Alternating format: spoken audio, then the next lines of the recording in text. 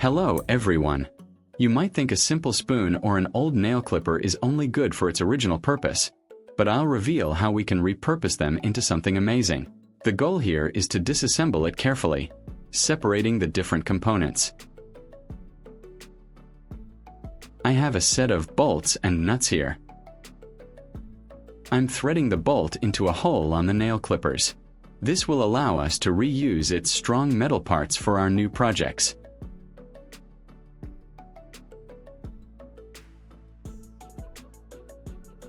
Next up, I have a metal spoon. I'll place it in a vise and use a hammer to flatten its bowl.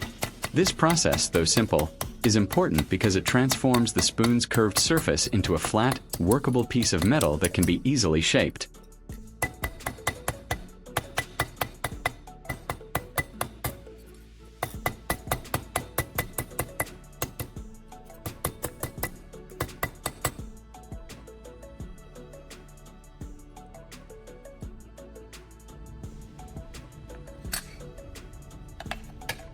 With the spoon head flattened, I'm now marking it with a ruler and a marker. I'm drawing lines to define the precise shape I want for my new tool, ensuring clean and accurate cuts later on.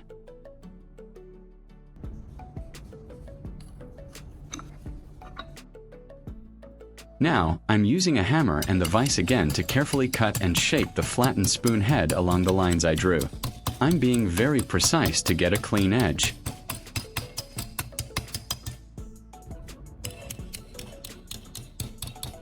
Leave a comment and let me know which country you are watching from. It's great that we can connect and chat from all over the world. Moving on, I'm modifying the spoon handle itself. I'm flattening a section to create a flat end for a handle.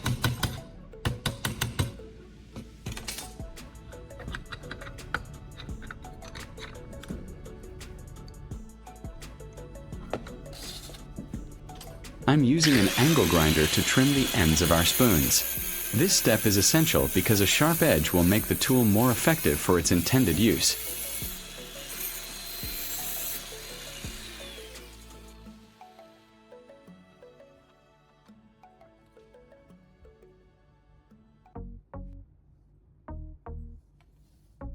I'm now taking a small wooden block and attaching our newly shaped spoon tip to it.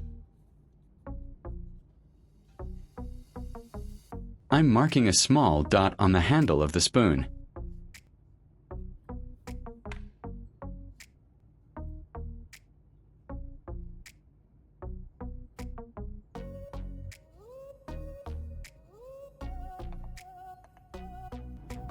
I'm using a drill to create a pilot hole through the spoon handle into the wood.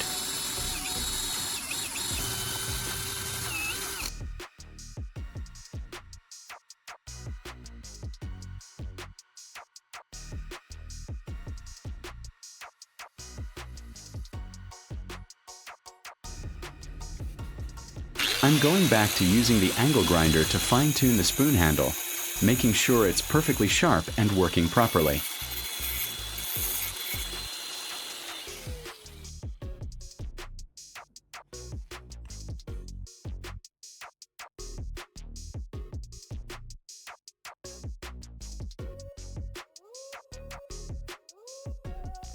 To secure the block of wood to the spoon, I'm using a drill to drive screws through the spoon handle into the wood.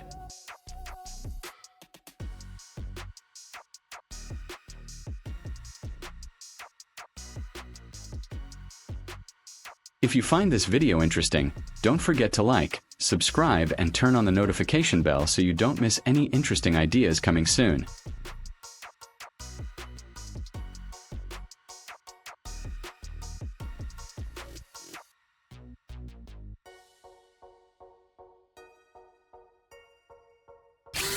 At the end of the spoon handle, I'm marking and drilling a hole through it.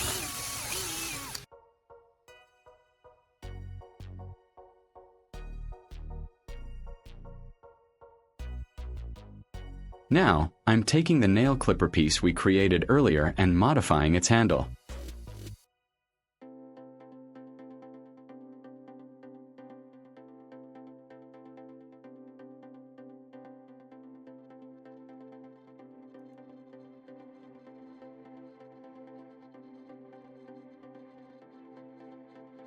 I'm using a blue electrical wire.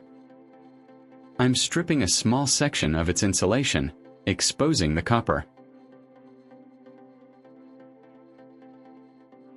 I'm attaching the blue wire to the nail clippers and tightening it. This will be our electrical contact.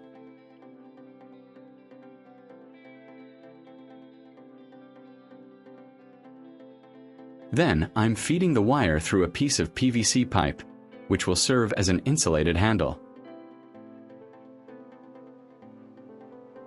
Now I'm carefully wrapping a paper towel and securing it to the nail clippers. This is crucial for insulation and preventing short circuits.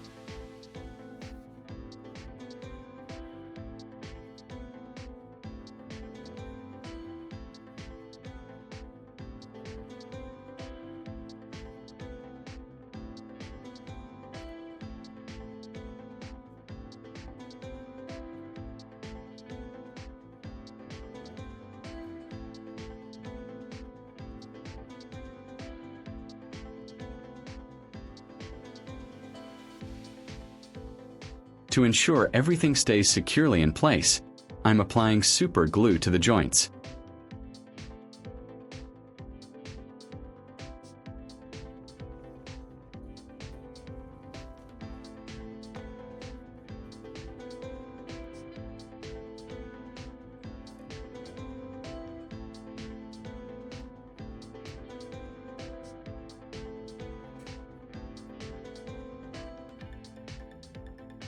At the other end of the blue power cord, I'm securing a blue alligator clip. The alligator clip makes it easy to connect the device to the power source.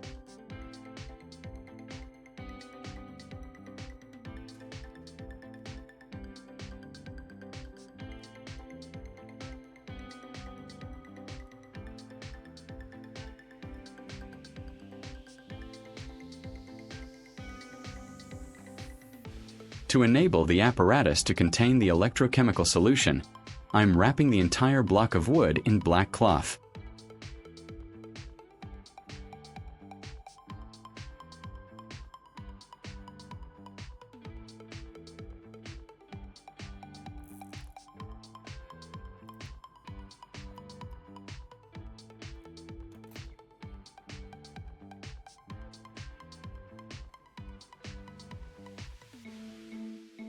I'm preparing a saltwater solution by adding a few spoonfuls of salt to water and mixing it thoroughly. This solution is crucial for the electrochemical process we're about to perform.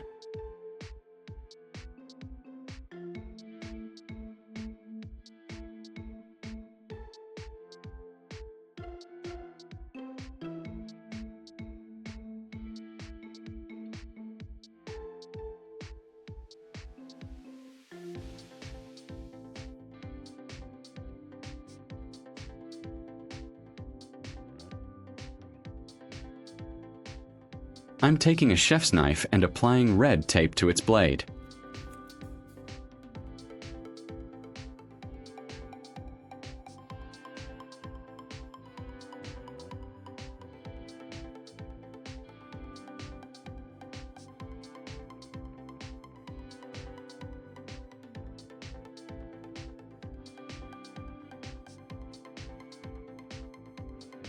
Then, I'm carefully cutting out the word "like" from the tape using a precision knife. This creates a stencil for our etching project.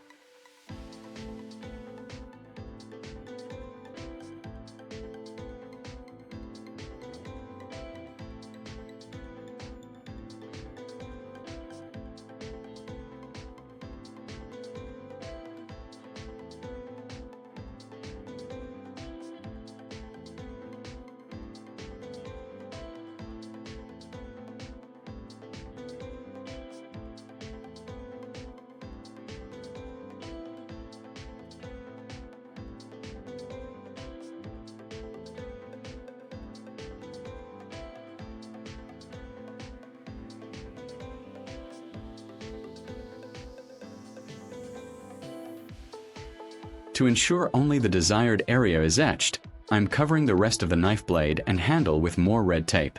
This protects the non-etched parts from the electrolytic process.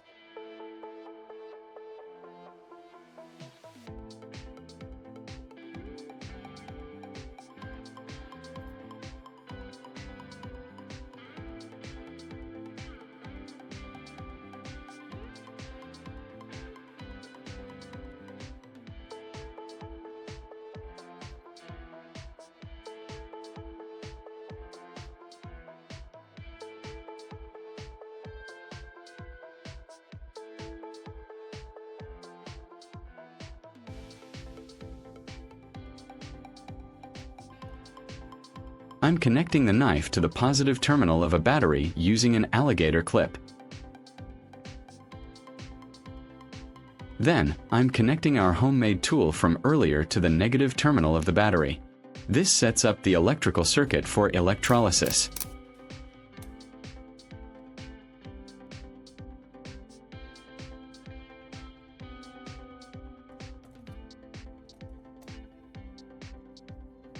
Now, I'm dipping the tip of my DIY tool into the saltwater solution. Watch closely as I apply it to the exposed like stencil on the knife. You can see the chemical reaction happening, slowly etching the word into the metal. The salt water acts as an electrolyte, allowing the current to pass and corrode the exposed metal.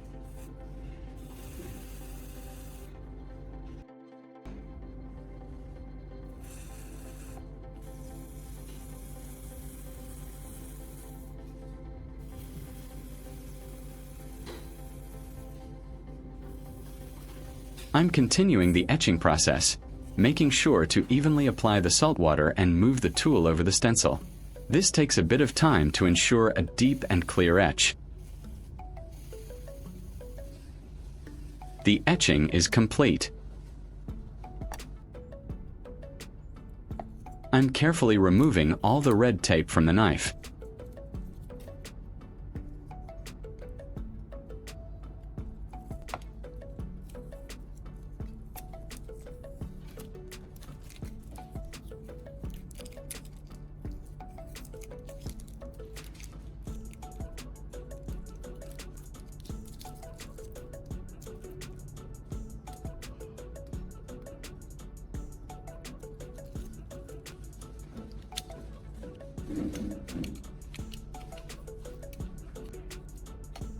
And there it is, the word like beautifully etched into the blade. It's truly amazing what a simple process can achieve. To finish, I'm spraying the etched blade with water and using sandpaper to clean off any remaining residue or discoloration. This polishing step makes the etched design stand out even more, giving it a professional finish.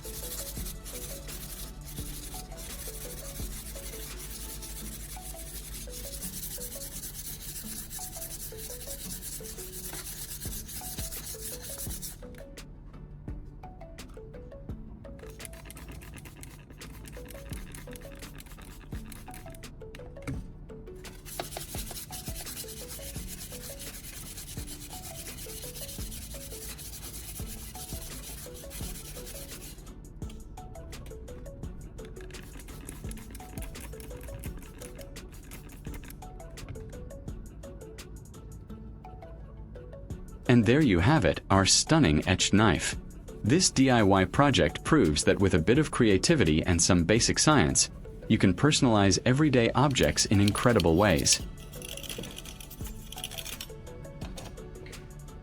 If you enjoyed watching this transformation and found it inspiring, please give this video a big thumbs up, share it with your friends, and leave a comment below telling me which project was your favorite.